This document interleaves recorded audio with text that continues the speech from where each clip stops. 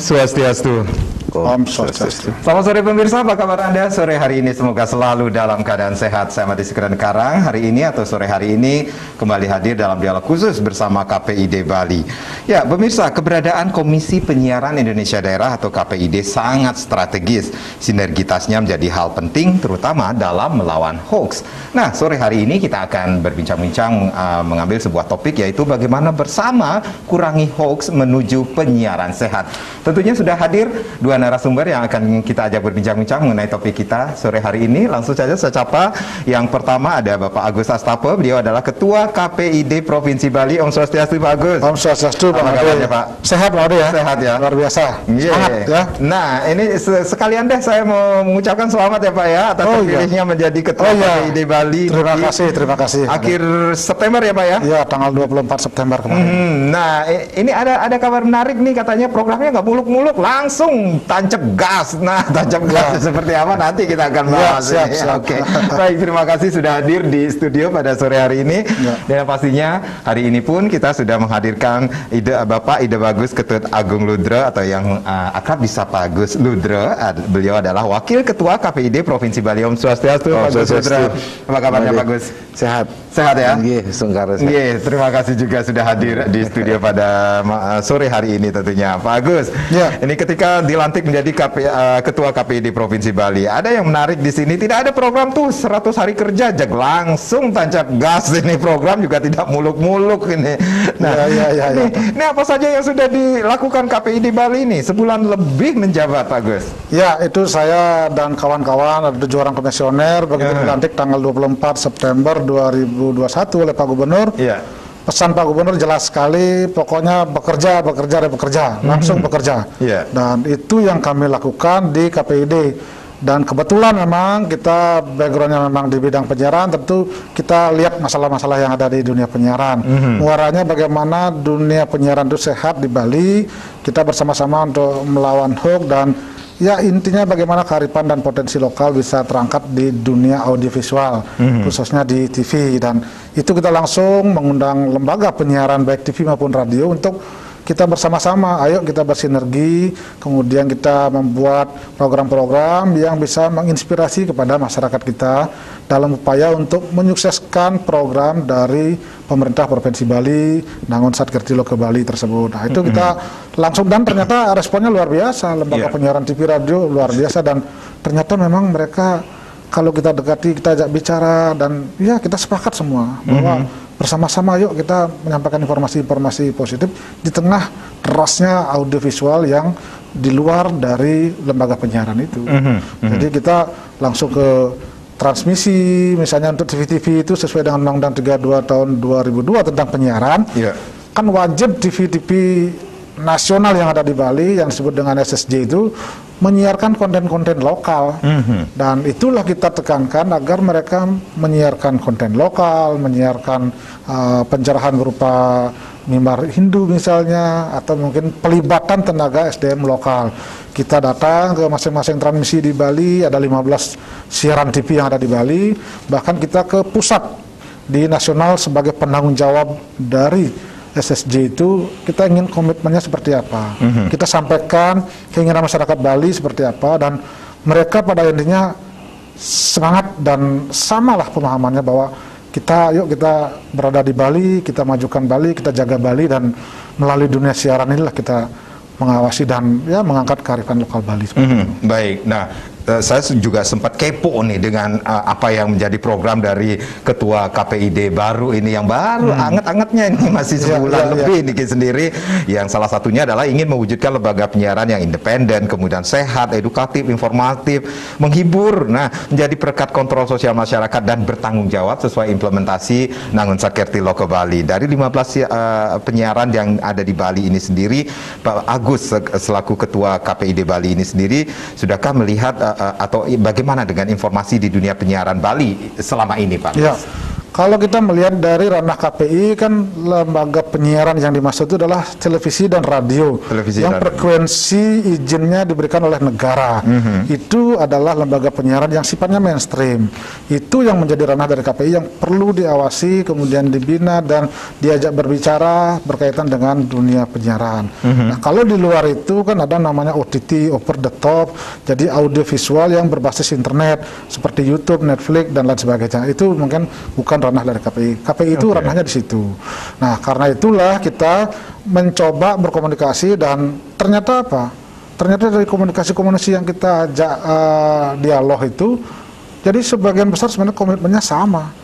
Dari 100% siaran yang ada yang menyangkut tentang Bali, konten lokal Bali, dari ketentuan undang-undang itu termasuk juga pedoman perilaku penyiaran, itu mungkin hanya sekitar 1-2% yang kurang sesuai dengan peraturan pedoman perilaku penyiaran itu. Tapi kita ingatkan, tidak seperti fatal begitu.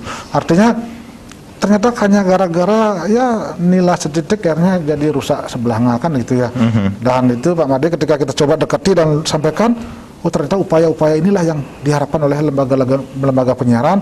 Kita pendekatan, kita lakukan literasi, kita lakukan pendidikan dan sebagainya agar mereka selalu mengacu pada P3SPS namanya. Jadi pedoman perilaku penyiaran standar program siaran dan mengacu pada Undang-Undang 32 tahun 2002. Sebenarnya kita ini luar biasa loh, dengan dunia penyiaran yang baik ini sebenarnya banyak sekali yang kita bisa angkat di lokal Bali. Jadi kearifannya, budayanya, kemudian hal-hal yang menyangkut tentang potensinya.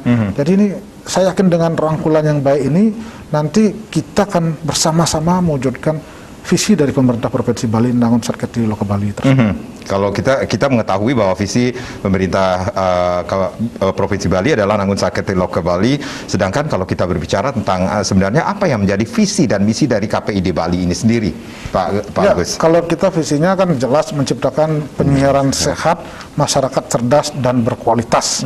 Jadi dengan masyarakat sehat itulah, penyiaran sehat itulah kita tidak lagi menerima informasi yang sifatnya hoax. Jadi kita akan lebih cepat melakukan telaah pengkajian, jadi melakukan saringan sebelum kita men-sharing. Jadi ini luar biasa dan itu rohnya sangat kita betul-betul menciptakan dunia penyiaran yang baik itu karena ini ranahnya sangat cepat, frekuensinya sangat digunakan oleh banyak orang dan sangat cepat informasi diterima oleh masyarakat. Kalau dunia penyiaran tidak sehat, ya kacau lah kita di masyarakat seperti itu. Jadi sudah jelas sekali visi dan misi dari KPID Bali ini sendiri. Ya, menciptakan penyiaran yang sehat untuk masyarakat yang cerdas dan bermartabat. Oke, baik. Pak Gus dan Pak Gus Ludra, nanti kita akan lanjutkan lagi perbincangan ini bagaimana bersama kita kurangi hoax menuju penyiaran sehat, itu yang menjadi visi juga dari KPID Bali. Dan yang pastinya pemirsa jangan kemana-mana karena di sesi berikutnya kita masih akan bersama melanjutkan perbincangan bersama Ketua KPID Provinsi Bali dan Wakil Ketua KPID Provinsi Bali bagaimana bersama kurangi hoax menuju penyiaran sehat, tapi tentunya setelah yang berikut ini.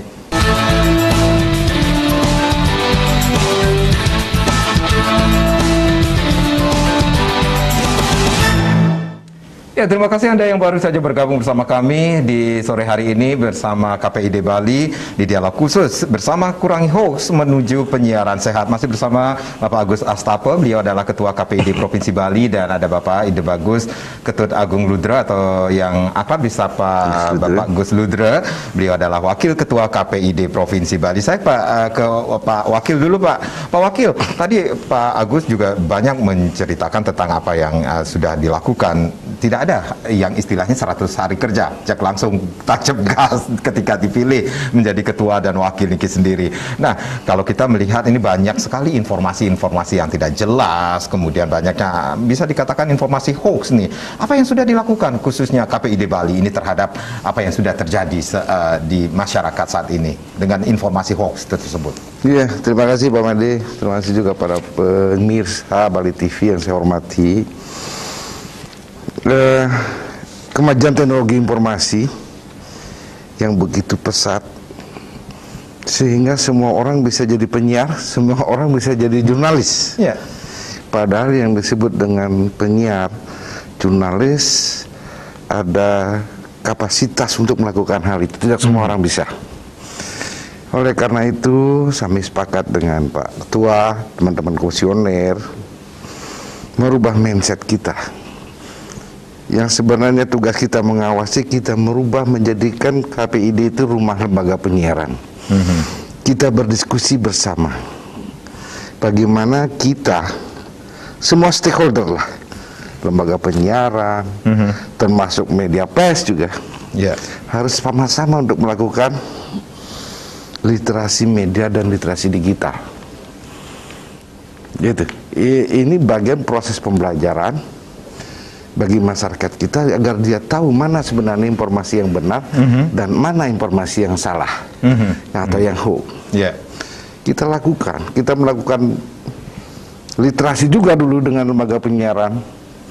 Bagaimana lembaga penyiaran untuk mengikuti standar P3SPS yang sudah ditetapkan. Karena dengan ini setidak langsung akan memberikan dampak informasi yang positif pada publik. Sehingga masyarakat yang begitu hanya membaca, mendengar dari media sosial, betul anggapannya seperti yang sekarang berkembang. Untuk mencari kebenarannya harus mencari ke media-media mainstream. Baik itu lembaga penyiaran, karena berproses. Untuk menjadi lembaga penyiaran berproses, ada izin, ada penanggung jawab, dan SDM-nya terlatih, ada uji kompetensi, dan tanggung jawabnya curah. Bisa dipertanggungjawabkan informasi itu pada publik. Nah, kalau ini sehat, seperti apa kata ketua tadi, saya yakin masyarakat kita akan mendapatkan informasi yang benar dan baik, dan bisa memberikan manfaat dalam meningkatkan kesejahteraan, sehingga masyarakat kita bermartabat. Pak Wakil, sudahkah Bapak melihat ini lembaga penyiaran yang ada, khususnya yang ada di Bali ini sendiri, sudah menjalankan pedoman perilaku penyiaran dan standar program siaran atau P3SPS ini sendiri untuk menangkal hoax yang terjadi selama ini?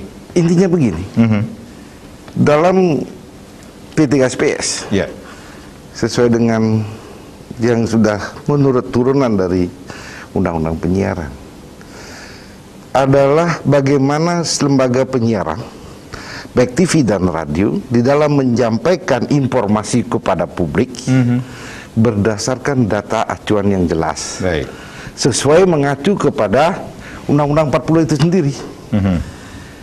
Check and balance, ada kode etik penyiaran seperti apa, perilakunya seperti apa. Nah, secara tidak langsung ini akan memberikan gambaran pemberitaan penyiaran kepada publik, oh ini yang benar. Jadi yang berkembang di media sosial atau media non mainstream, dengan tanda petik, yang melakukan itu bukan orang yang punya kompetensi dalam hal penyiaran dan penyampaian informasi ke publik. Itu loh maksud saya. Gitu. Berarti penting sekali disusun strategi dalam mengantisipasi berita yang sumbernya tidak jelas. Betul, seperti itu. persis. Dan menurut ketua kami, mungkin tahun depan kami akan lebih intensif lagi bagaimana mengajak teman-teman lembaga penyiaran di rumah KPID Bali ini, terutama bagi penyiaran yang ada di Bali. Kita akan melakukan peningkatan kualitas SDM, bagaimana menangkal hoax. Terus yang kedua, bagaimana mereka harus menguatkan kualitas SDM di dalam penyampaian informasi pada publik. Bagaimana mereka harus mencari informasi. Siapa sih yang berwenang untuk memberikan informasi? Karena supaya jangan seperti yang lainnya netizen, karena semua orang jadi wartawan loh Pak. Dengan adanya internet semua jadi wartawan, semua jadi penyiar, semua jadi videografer, yang kadang-kadang tidak memenuhi ketentuan sesuai Undang-Undang 40. Kita harus acuannya masih Undang-Undang 40. Kalau media mainstream, media cetak, acuannya ke sana. Sehingga yang tidak boleh tampil ditampilkan.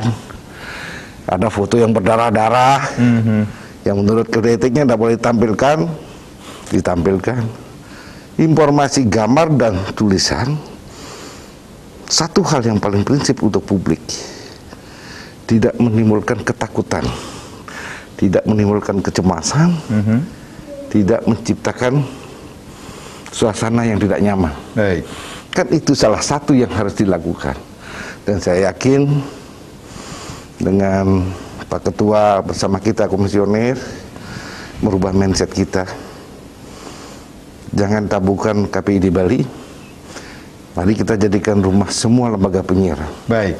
Sehingga kita bisa lebih cepat mengakomodasi, lebih cepat memberikan apa yang harus disampaikan kepada publik. Baik, Pak Ketua, Pak Agus Astafa, ada yang menarik dari Pak Wakil mengatakan rumah KPID Bali. Ada kata rumah di situ, berarti masyarakat juga bisa menyalurkan aspirasi mereka, datang langsung ke KPID untuk datang mendapatkan informasi yang jelas seperti itu, Pak. Ya, jadi begini, KPID itu kan sesuai dengan tupoksinya, itu melakukan pengawasan, pembinaan kepada lembaga-lembaga penyiaran. Bahkan terakhir di situ ada sanksi, bisa memberikan sanksi kepada lembaga penyiaran yang kontennya dianggap kurang sesuai dengan P3SPS. Sanksi itu kan berupa teguran, berupa lisan, bahkan nanti terakhir muaranya rekomendasi untuk pencabutan izin. Ketika izin itu dicabut, kan tentu lembaga penyiaran tidak boleh lagi bersiaran dan lain sebagainya. Nah, muara dari itulah kita sebetulnya tidak mengedepankan itu. Kita mengedepankan bagaimana upaya pencegahan dari munculnya sanksi itu. Pencegahan, jadi kita merupakan melakukan upaya-upaya pendekatan secara keluargaan. Itulah sebabnya yuk lembaga penyiaran ini jangan jadikan KPID sebagai lembaga yang ditakuti, yang lembaga yang dimusuhi. Tapi mari bersama-sama, kalau ada apa-apa mari kita diskusikan di sini sebelum nanti muncul kewenangan yang terakhir itu, bahwa untuk memberikan rekomendasi pencabutan izin itu. Jadi makanya selama ini kita lihat kan teman-teman TV itu enak sekali kita berkomunikasi. Oh, Pak Ketua dan teman-teman di komisioner, kalau ada apa-apa tolong kami diingatkan, kami ingatkan. Dan ada beberapa yang sudah kita ini, misalnya contoh di radio ada yang menyiarkan Trisandie untuk di Bali lewat dari jam, atau mungkin tidak sesuai dengan jam 2:30, padahal kan nggak ada yang Trisandie jam segitu. Mungkin ya boleh lah itu pribadi-pribadi, tapi ketentuannya kan 3 kali. Ada yang nelpon kita, Pak Ketua tolong dong ini kok Trisandinya jam segini di radio ini. Loh, setelah kita ngobrol dengan radio itu, oh mereka memang karena sudah terprogram seperti itu, semacam komputerisasi jalan terus. Dan kita ingatkan, yuk mari kita sama-sama begini. Itu salah satu contoh. Misalnya kalau ada juga informasi yang menyangkut tentang Bali misalnya, bagaimana simbol-simbol budaya Bali, simbol-simbol agama yang memang mesti ditempatkan di salah satu tempat yang bagus, yang pas, memang jangan di syuting di tempat yang tidak pas seperti itu. Jadi kita ingatkan lagi, oh ternyata ini bisa menimbulkan persoalan. Dan itulah menyebabkan, jadi kita memang betul-betul jadi seperti katakan Pak Wakil, itu menjadi rumah kita. Yuk kita sama-sama diskusi yuk. Nah terakhir misalnya kita ada kawan kita artis penyanyi Bali datang ke kita konsultasi tentang klip atau mungkin tayangan yang akan disiarkan di nasional, ngobrol ini kira-kira gimana Pak, bisa nggak ini disiarkan, dan nanti jangan sampai nanti kalau ini disiarkan bisa menimbulkan persoalan di Jakarta. Dan kita ajak konsultasi, kita jelaskan ini loh aturan-aturannya. Oh ternyata tidak ada masalah, bagus, bahkan ini mampu memberikan motivasi, inspirasi. Jadi kita semacam surat pengantar rekomendasi bahwa ini bagus, silakan saja disiarkan. Tapi memang bukan sebagai lembaga sensor kita. Kita hanya memberikan pertimbangan konsultasi, dan alangkah baiknya kalau ada upaya-upaya pencegahan seperti itu. Nah, untuk itulah teman-teman TV, teman-teman radio, yuk kita sering berkomunikasi. Jangan sampai nanti kita takut sudah keburu disiarkan, keburu ditayangkan, baru ditegur karena ada laporan masyarakat. Jadi masyarakat ini sangat besar sekali peranannya untuk berkolaborasi dengan kita. Kadang-kadang kan di KPID ada alat rekaman yang kita memantau siaran itu, baik radio maupun TV. Kadang-kadang kan namanya manusia juga kadang kelewatan. Nah itulah peran dari masyarakat, partisipasinya untuk menyampaikan. Oh ternyata ada ini loh Pak, ini TV ini saya lihat kok siarannya ada orang merokok misalnya, kok ditayangkan sih di TV itu begitu. Yang mana? Oh ini kita cek di siaran kita, di rekaman kita, oh ternyata memang ada. Panggil kita, ajak ngomong. Jadi kita lebih banyak pendekatan seperti itu, dan ya tidak melulu mengedepankan sanksi. Baik, tidak melulu mengedepankan sanksi. Seperti kata Pak Wakil, ini banyak sekali masyarakat sekarang sudah bisa menjadi wartawan, menjadi jurnalis. Nah, Pak Ketua, ini banyak informasi melalui audiovisual di media sosial. Ini apakah itu juga ranah KPID dan apa yang dilakukan? Kalau yang munculnya audiovisual melalui internet itu disebut dengan OTT, over the top. Artinya audiovisual yang sifatnya berbasis internet, karena dia tidak menggunakan frekuensi, tidak meminta izin dari negara dan sebagainya. Itu memang tidak bisa dinafikan lagi. Itu namanya kita harus mengikuti perkembangan zaman, teknologi informasi yang terus ada. Itu ranahnya adalah Undang-Undang Informasi Transaksi Elektronik. Itu tanggung jawabnya ada di masing-masing individu, bukan lagi kepada yang lain, lembaga penyiaran, karena di situ kan tidak lembaga penyiaran. Yang lembaga penyiaran yang diatur oleh Undang-Undang 32 tahun 2002 adalah tentang TV dan radio yang izin frekuensinya diberikan oleh negara. Itu yang disebut dengan lembaga penyiaran. Nah, kalau ini bagaimana? Ya, tanggung jawabnya kepada pribadi masing-masing. Undang-undang yang dijadikan patokan adalah Undang-Undang Transaksi Elektronik, dan kalau ada masalah-masalah di situ bisa dilaporkan secara pidana kepada polisi. KPI tentu akan juga menjadi bagian dari ya sebagai tanggung jawab kita sebagai masyarakat, kita akan turut membantu untuk melakukan pengawasan juga. Kalau misalnya dianggap terlalu membuat persoalan, ya kita mungkin bisa berkoordinasi dengan pihak kepolisian. Oh, ini lupa, ternyata tayangan begini kurang bagus, mohon bisa ditindaklanjuti dan sebagainya. Seperti itu bisa. Artinya peran kita selaku masyarakat, walaupun itu di kelembagaan KPID seperti itu. Baik, Pak Agus Astafa dan Pak Gus Ludro, nanti kita akan lanjutkan lagi, kita rehat sejenak. Pemirsa jangan kemana-mana, kita rehat sejenak, nanti kita akan lanjutkan lagi dengan perbincangan bersama Kurangi Hoax menuju penyiaran sehat bersama KPID Bali. Tapi tentunya setelah yang berikut ini.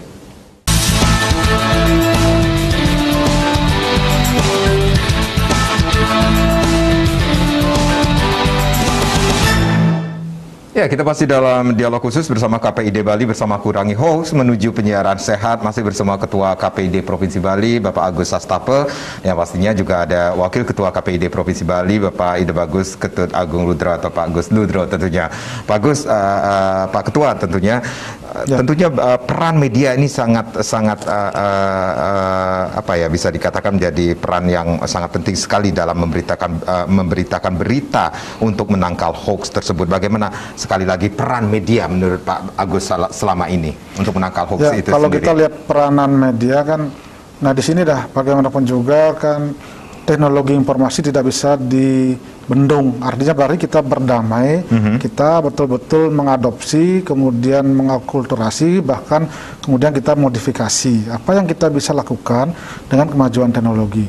Media yang selama ini menjadi media mainstream yang sudah dipercaya oleh masyarakat, tentu tidak boleh lagi, artinya bergantung kepada berita-berita yang sifatnya selebaran tadi itu, yang di luar media mainstream, karena kadang-kadang kan informasi di sini memang lebih cepat, misalnya di informasi yang berbasis internet itu. Tapi tentu itu harus di cross check, ada checks and balance sesuai dengan Undang-Undang Pers 40 tahun 99. Jadi peran dari media itu kan ada 4. Yang pertama menyampaikan informasi, kedua mungkin pendidikan, kemudian ketiga adalah hiburan, yang keempat adalah perkat kontrol sosial. Artinya bagaimana peran ini bisa dijalankan ketika kita menyampaikan informasi yang ada di situ, kemudian kita klarifikasi, konfirmasi, dan pada akhirnya tentang muaranya adalah bagaimana orang ketika bosan, ketika jenuh, ketika merasa sudah tidak percaya dengan media yang sifatnya non-mainstream itu, mereka akan lari ke media mainstream. Bener nggak informasi ini? Saya baca di koran dah, atau saya nonton di TV lah, karena ternyata di TV, oh ternyata begini. Contoh misalnya kayak kemarin ada kecelakaan lalu lintas yang menyebabkan artis nasional meninggal itu kan, itu kan anak kecil jatuh kemudian luka berdarah-darah. Sebetulnya secara aturan P3SPS di dunia penyiaran itu kan tidak boleh. Tapi di dunia yang sifatnya medsos itu, di YouTube dan sebagainya, itu silakan ditayangkan betul itu. Orang kan melihat, oh orang lari ke situ, tapi kan rasa kemanusiaan kita ada. Mungkin itu sebenarnya tidak dibenarkan secara aturan. Kalau kita lihat tayangan-tayangan di luar negeri, misalnya ada beberapa TV-TV yang bagus, jarang sekali, atau mungkin bahkan tidak pernah ada misalnya mayat di syuting, atau mungkin yang tidak sesuai dengan ketentuan dimunculkan di layar kaca. Itu kan sebetulnya bagian dari kontrol sosial. Di internal lembaga penyiaran sendiri dulu melakukan audit semacam itu untuk menyeleksi kira-kira ini boleh nggak tayang, ini bisa nggak tayang. Kalau enggak ya sudah. Kadang-kadang kan ada juga kenakalan udah biarin aja lah, biar coba lu tes lah. Kalau memang begitu kondisinya kan agak rawan kita. Berarti ada perbedaan antara informasi sosial media dengan informasi lembaga penyiaran yang dibawa ke sosial media. Itu betul, karena memang di audio visual yang sifatnya non mainstream itu, yang berbasis internet itu, itulah sekarang terus menjadi persoalan apakah ini bisa diatur atau tidak. Jadi teman-teman lembaga penyiaran, salah satu grup di Jakarta kan sempat mengajukan judicial review ke Mahkamah Konstitusi tahun 2019 agar KPI juga menjadi pengawas, atau mungkin siaran yang berbasis internet itu diawasi juga, diberikan aturan-aturan sama seperti lembaga penyiaran ini. Tapi oleh MK kan dibatalkan, itu tidak kewenangan dari KPI, tidak kewenangan dari ini, itu ada undang-undang ITE, sehingga ya memang ada perbedaan perlakuan jadinya. Tapi sekali lagi itu adalah mengacu kepada undang-undang informasi transaksi elektronik. Namun demikian tentu di KPID tidak berdiam diri, atau di KPI tidak berdiam diri, kita juga sedang melakukan proses bagaimana masyarakat ini ingin ada revisi undang-undang penyiaran, dan itu sudah di DPR. Dengan adanya revisi undang-undang penyiaran tahun 32 nomor 2000 tahun 2002 ini, diharapkan nanti itu terakomodir nanti keinginan-keinginan masyarakat itu, bagaimana masyarakat keinginan-keinginannya bisa terpenuhi melalui revisi undang-undang penyiaran. Jadi memang aturan yang ada memang agak terlambat mengantisipasi perkembangan teknologi ini. Jadi meski demikian jangan khawatir. Saya pikir negara kita, pemerintah kita sangat konsen dan betul-betul pasti pemikirannya sama. Ini kan, ini milik kita, negara milik kita. Yuk kita sama-sama menjaga dunia penyiaran, dunia audiovisual, teknologi ini gunakan dengan baik seperti itu. Oke, Pak Wakil Ketua, lalu bagaimana dengan peran lembaga penyiaran di Indonesia, khususnya di Bali ini, kalau kita berbicara tentang KPI di Bali ini sendiri, untuk menjalankan undang-undang penyiaran yang objektif dan memberikan informasi yang mencerahkan sehingga tidak mudah termakan informasi yang tidak jelas itu? Nah, seperti disampaikan Pak Ketua tadi, kita selalu melakukan komunikasi dengan semua lembaga penyiaran berkaitan dengan bagaimana menjadi lembaga penyiaran itu bisa menyampaikan informasi yang benar dan baik, terutama yang sehat kepada publik. Ini bagian literasi kami dari KPID kepada teman-teman lembaga penyiaran, karena kita berharap dalam literasi digital ini mestinya semua stakeholder masyarakat untuk ikut melakukan hal yang sama. Bukan hanya lembaga penyiaran, bukan hanya media cetak elektronik yang lainnya, tapi semua orang. Sehingga literasi digital ini menjadi bagian pemahaman untuk masyarakat kita untuk bisa memilah mana informasi yang benar dan mana informasi yang salah. Kita selalu melakukan hal itu. Sering saya sampaikan kepada teman-teman semua, setiap kesempatan saya bilang, ayolah, saya kasih clue-nya satu, 5B 1S. Baca, berpikir, benar baik, bermanfaat, share. Kan ini harus dilakukan. Jadi setiap membaca informasi, lihat benar enggak ini, cari di situs yang lain. Kalau sudah benar, baik enggak? Oke, baik. Bermanfaat enggak? Kalau enggak bermanfaat, jangan usah di-share. Bermanfaat bagi publik, share. Kan ini clue-clue yang harus dilakukan oleh semua stakeholder. Apalagi kami di KPID selalu melakukan hal itu dengan teman-teman lembaga penyiaran. Kami merubah, tadi Pak Ketua sudah bilang, sanksi itu terakhir. Sanksi itu setelah ada tindakan. Kenapa kita tidak lakukan pencegahan tindakan itu sebelum menjadi sanksi? Nah, itulah kita menjadikan, marilah KPID ini digunakan jadi rumahnya lembaga penyiaran, sehingga banyak hal kita bisa diskusikan agar siaran yang diperoleh untuk publik, untuk masyarakat kita adalah siaran berkualitas. Jadi ada cara pengawasan isi konten siaran di televisi ini sendiri yang dilakukan oleh KPID? Kita selalu monitor semua siaran. Kita punya ada regulasinya. Ada regulasinya, ada. Kita punya monitoringnya punya. Tetapi kalau ada hal-hal yang krusial seperti disampaikan Pak Ketua tadi, check and balance. Jadi ada bagaimana caranya jadi lembaga TV, anggap saja TV sama dengan radio, untuk memastikan keseimbangan berita. Yang pertama. Yang kedua, narasumber dengan kapasitasnya yang jelas, legal standingnya jelas. Tidak semua kan bisa menjadi narasumber kalau legal standingnya jelas. Karena apa yang dikemukakan, apa yang disampaikan ke publik benar-benar akan menjadi acuan. Ini yang selalu kita lakukan dengan teman-teman lembaga penyiaran, diskusi lah. Dipandu Pak Ketua, ayo diskusikan apa yang kira-kira. Ada beberapa lembaga penyiaran yang mencomot salah satu narasumber yang kadang-kadang mendapatkan respon negatif dari publik. Ujung-ujungnya nanti datanya ke KPID. Nah, kita diskusikan lagi, kita berikan. Ada ranahnya, ada lembaganya yang harus menata kelola penyiaran, dan kita berusaha untuk menjembatani di dua posisi yang ada. Seperti itu, Pak. Ya, baik. Pak Ketua, sesuai dengan program Pak Ketua KPID Bali ini sendiri yang sudah saya sampaikan tadi ini sendiri, kita mengetahui Bali memang terkenal dengan adat budaya yang sangat adiluhung. Ini bagaimana peran KPID ini dalam mengangkat potensi dan kearifan lokal di dunia penyiaran, Pak? Ya, itu betul. Dalam Undang-Undang Penyiaran, Undang-Undang Nomor 32 Tahun 2002 dikatakan bahwa dari 100% siaran yang ada oleh SSJ, siaran TV nasional yang berjaringan di Bali misalnya, 10% itu harus minimal konten lokal. Minimal 10% dari siaran itu. Misalnya dia siaran 24 jam, berarti sekitar 2,5 jam ke 2,4 jam itu harus siaran lokal.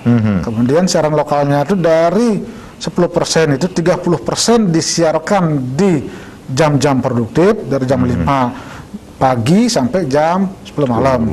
Kemudian 70% baru di jam-jam yang biasa nih. Nah itu harus diikuti dan dipatuhi, dan memang kita lihat dari pantauan dan monitoring yang ada di KPID, karena kita punya alat untuk itu hampir sebagian besar sudah menuju ke 10%. Sebetulnya kan 10% itu kecil, tapi itu adalah batas minimal dari undang-undang itu.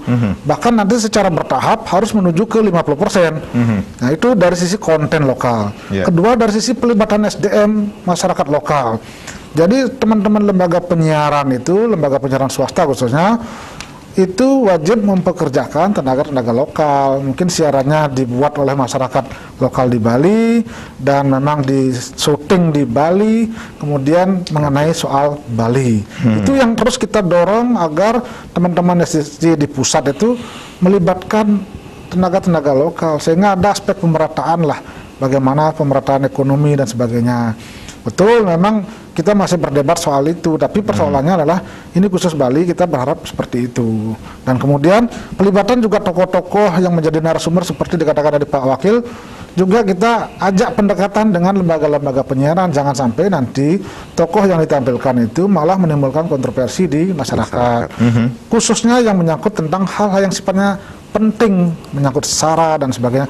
Karena kan kita lihat di beberapa TV kan ada siaran-siaran pencerahan agama, kemudian pencerahan soal adat. Itu ya dari sisi proximity-nya, kedekatannya, tentu kita berharap orang di Bali lah yang akan tampil di situ. Walaupun misalnya ada orang Bali yang di luar sebagainya, tapi kadang-kadang kan mungkin proximity-nya, kedekatannya kurang, dan itu kan sebetulnya juga mengarah kepada bagaimana minat masyarakat nonton. Ketika tidak terlalu kenal kan, ini siapa sih yang tampil, orang kok tidak kenal, orang dari mana, tokoh apa sih. Nah, ketika dia tampil orang yang kita kenal, kemudian tahu kapasitasnya, orang pasti nonton. Oh, ini bagus nih acaranya, kita denger loh. Nah, seperti itu. Jadi kita ini yang terus kita komunikasikan, dan Astungkare teman-teman di penyiaran itu menyambut baik, dan akhirnya sekarang mereka hampir sebagian besar kalau ada apa-apa komunikasi dengan kita. Misalnya dia sebelum membuat syuting program apa, kemudian ditanya ke kita, dan kita akan komunikasikan dengan lembaga-lembaga terkait. Misalnya kalau berkaitan dengan adat, dengan majelis desa adat, kita coba komunikasi, jangan sampai nanti Jadi kita tidak mau seperti menjadi lembaga pemadam kebakaran. Jadi setelah muncul kemudian ramai baru kita tegur. Jadi kita kalau bisa yuk kita cegah dari awal. Gitu. Oke, baik. Bapak Pak Agus sudah melihat sudah optimalkah dengan konten-konten lokal, kemudian pelibatan SDM lokal dalam produksi siaran TV? Selama ini? Ya kalau kita ini Pak De kan baru dilantik 2 bulan lalu lah. Iya makanya. Jadi kan pendekatan kita lakukan ya memang di situ juga ada kepentingan bisnis Pak De.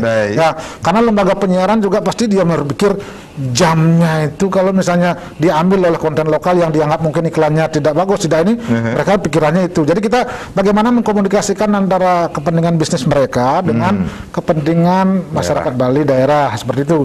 Dan inilah ya memang kita harus akui bertahap saja, tidak bisa memang kita keras radikal seperti itu, tapi kita pelan-pelan dan ya sudah kayak kemarin ada yang sudah mulai misalnya salah satu TV swasta nasional akan membuat acara Dharma Wacana atau mungkin Margama itu karena di program yang 10% itu tidak ada yang begitu dia. Nah, dia minta pertimbangan, Pak gimana kira-kira libatkan aja teman-teman YouTuber yang biasa syuting-syuting itu, kemudian silahkan komunikasi apakah di situ ada kepentingan ekonomi mungkin namanya yang berproduksi kan perlu biaya sebagainya, silahkan di situ. Yang penting kontennya itu bagaimana melibatkan kemudian potensi kearifan lokal Bali itu yang optimal bisa dilakukan. Oke, Pak Wakil, seperti apa yang disampaikan oleh Pak Ketua ini sendiri, pendekatan seperti apa yang dilakukan walaupun baru hampir sebulan lebih ini dilantik Niki sendiri. Jadi gini Pak Karang, kita sepakat dengan teman-teman komisioner. Kita hampir setiap hari kita melakukan kunjungan ke teman-teman lembaga penyiaran. Kita juga berkomunikasi sangat intens dengan semua lembaga penyiaran. Inilah salah satu pola pendekatan. Kami datang ke lembaga penyiaran justru bukan hanya ingin mengecek, mengawasi, tidak. Kami datang sebagai tamu. Kami ingin juga menerima keluhan mereka seperti apa. Kira-kira langkah-langkah apa yang bisa kita ambil di KPI sebagai lembaga yang diberikan kewenangan oleh undang-undang untuk menata kelola ini. Sehingga tidak ada rasa, tidak berjarak. Oleh karena itu Pak Ketua selalu menyampaikan ke kita, mari jadikan KPID ini rumahnya lembaga penyiaran. Sehingga prestasi KPID itu bukan kepada teguran.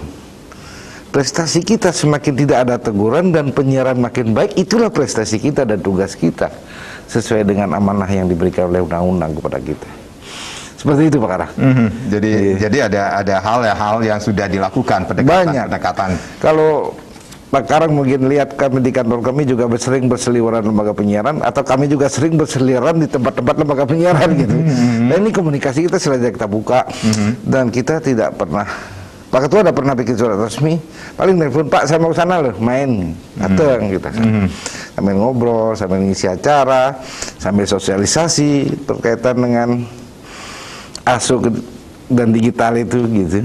Sambil ngobrol kita juga menerima masukan apa sih sehingga kita bisa berpikir ke depan seperti apa sih yang harus kita siapkan di KPID Bali, seperti itu Pak. Jadi tanggapan dari mereka juga sangat positif, responnya sangat bagus responnya.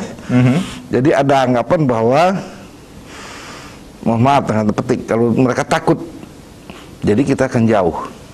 Tapi dengan mereka bersimpati bahwa kita juga mau menyamperi mereka, datang mendengar keluhan, kita akan mendapat simpati dan kita bisa berpikir bersama siaran yang terbaik untuk masyarakat.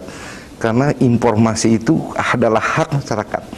Oleh karena itu kami berpikir dari posisi itu ya kita ambil dengan Pak Ketua gitu. Jadi ketika Bapak Agus mendatangi lembaga penyiaran tersebut bukan, waduh ini akan ada apa ini, tetapi welcome sekali. Hampir saat ini, sampai hari ini. Jangan takut makan, banyak yang mengundang kita.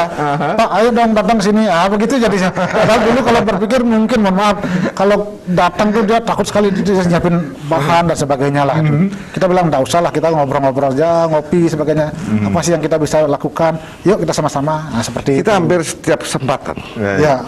Ke Singaraja ya mampir, ke Kelungkung kita mampir, kemana saja kita mampir. Intinya begini, kami ingin menjadi bagian dari sebuah lembaga penyiaran yang sehat dan baik untuk Bali, itu aja. Baik, intinya KPID jangan ditakuti. Jangan ditakuti. Mari kita komunikasikan apa yang bisa kita lakukan. Pak Ketua dan Pak Wakil, kita rehat kembali ya. Nanti kita akan lanjutkan lagi perbincangan bagaimana bersama kurangi hoax menuju penyiaran sehat sesaat lagi.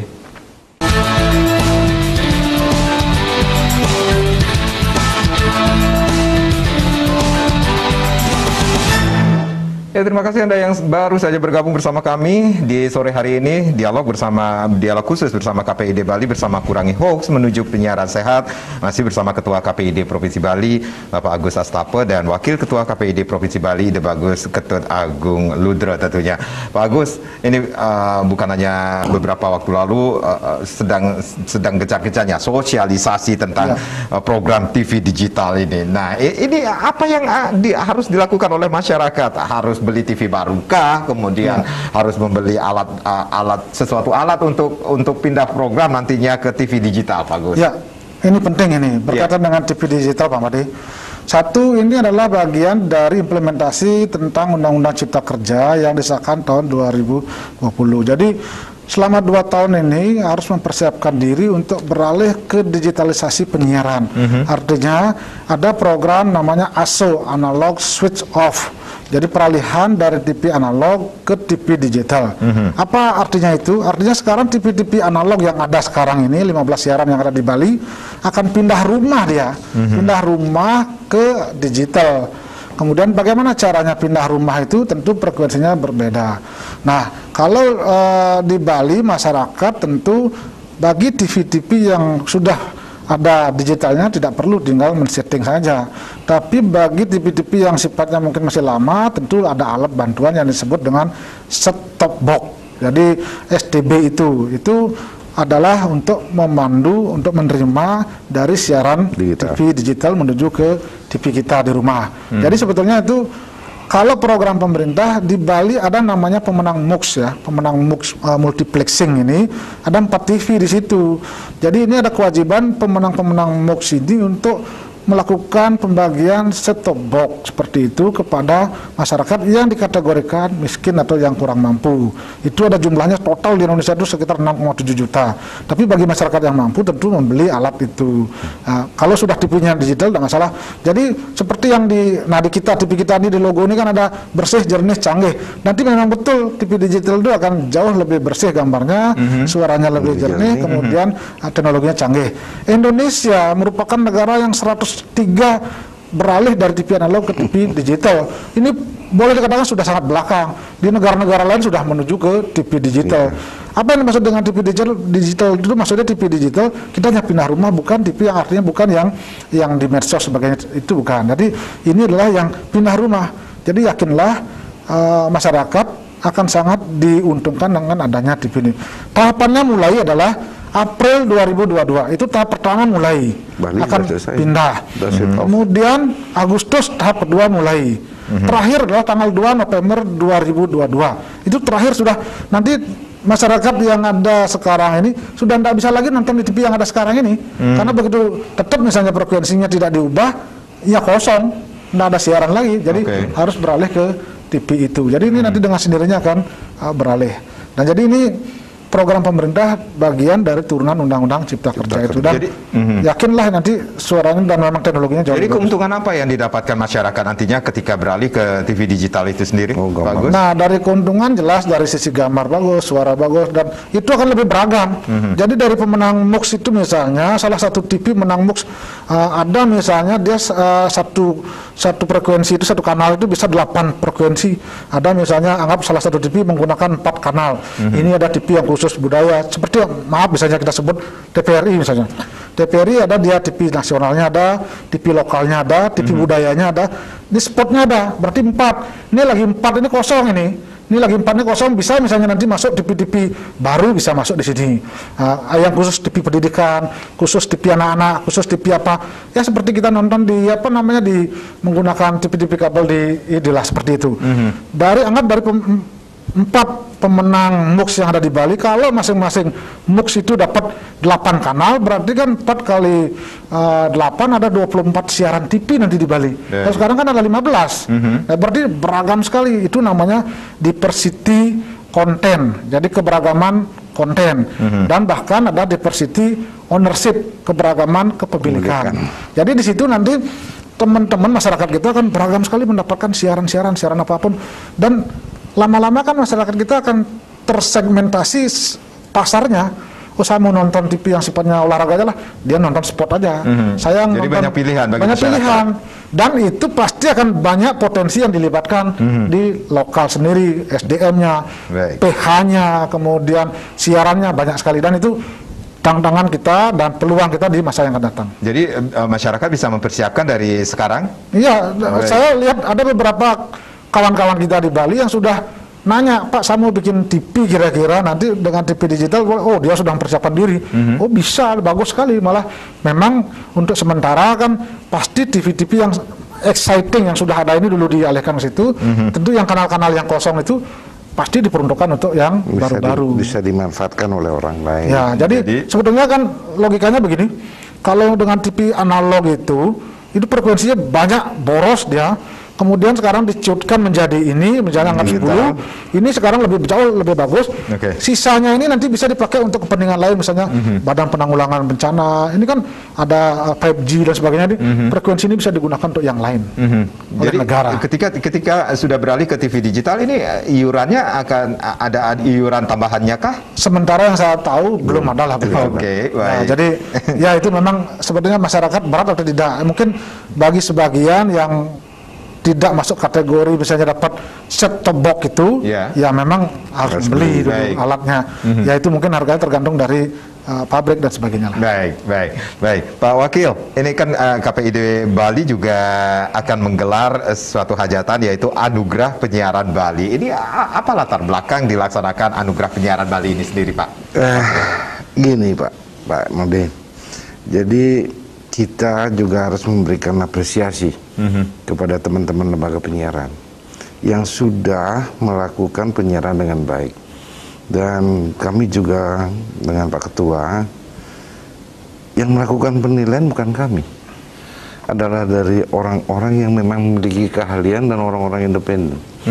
Mohon maaf ini, saya komisioner, sampai hari ini pun saya belum tahu siapa yang nominasi, siapa yang menang, saya belum tahu. Nah, itu masih dipegang oleh, jadi Pak Agus mungkin sudah tahu, Pak Agus belum kan? Sama. Kita sepenuhnya kita serahkan. Jadi mekanisme dan pola Anugerah Penyiaran Bali 2021 ini sendiri seperti apa? Polanya begini. Ada beberapa kriteria penilaian yang kita sampaikan kepada lembaga penyiaran untuk TV dan radio. Ada kriterianya sekian. Kita penilaiannya dilakukan oleh orang yang berkompeten, tidak ada sama satu pun dari kami. Itu ada dari lembaga kampus, ada praktisi, ada juga dari teman seniman, teman-teman media, semua terkolaborasi di dalamnya. Dan Pak Ketua kami sepakat dengan kita semua, kita serahkan semua urusannya kepada mereka. Nanti saatnya kita minta hasilnya, karena hasil itu harus dipertanggungjawabkan oleh juri yang memberikan nilai. Kami hanya menjadi ruang fasilitasi untuk memberikan penghargaan kepada lembaga penyiaran yang sudah dengan usahanya secara maksimal memberikan informasi yang baik kepada publik. Karena harapan kami, lembaga penyiaran itu sebagai tempat hiburan, pendidikan, perangkat sosial, pelestarian budaya, semua aspek itu bagian dari yang harus diberikan penilaian. Kalau mereka baik, kenapa kita tidak hargai? Agar lebih maju gitu. Pak Ketua KPID Bali ini sendiri, Pak Agus, bagaimana peran pemerintah? Bapak melihat peran pemerintah, khususnya pemerintah Provinsi Bali dan masyarakat ini dalam menjaga dunia penyiaran di Bali ini sendiri, Pak? Peran pemerintah tentu sangat banyak dan sangat mendukung, positif sekali ya. Karena lembaga penyiaran seperti kita ini, KPID kan tentu harus bersinergi dengan pemerintah, siapapun pemerintahnya, termasuk Pemprov Bali.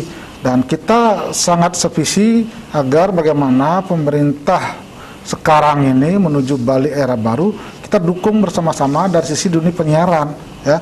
Karena bagaimanapun juga visi pemerintah itu tentu adalah pengejawantahan dari aspirasi masyarakat, ya.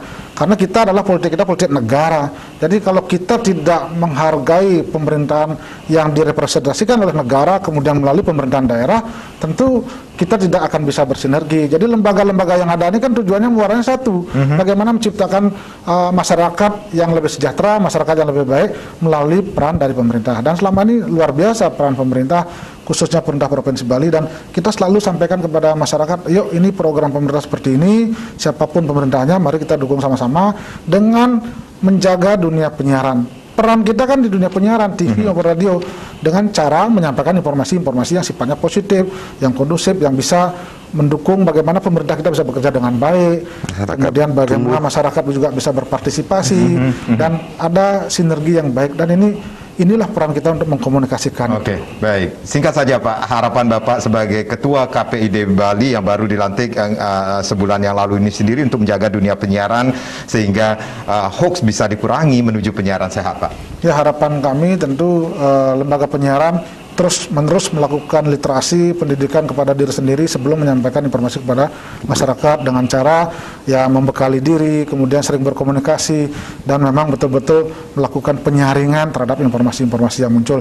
Karena kalau salah tentu akan berakibat tidak baik. Dan saya yakin lembaga penyiaran di Bali komitmennya sama dengan kita, menciptakan penyiaran yang sehat menuju masyarakat Bali yang cerdas dan berkualitas seperti itu. Baik, kita tunggu ini program-program berikutnya dari Ketua KPID dan wakil dan rekan-rekan di KPID Bali ini sendiri untuk menuju penyiaran yang sehat ini sendiri. Baik, terima kasih. Pak Agus Astafa, Pak Agus Ludro, terima kasih sudah terima kasih hari ini. Saya Made Sekarang. Terima kasih. Kita berjumpa lagi di lain kesempatan. Om Santi. Om Santi. Santi.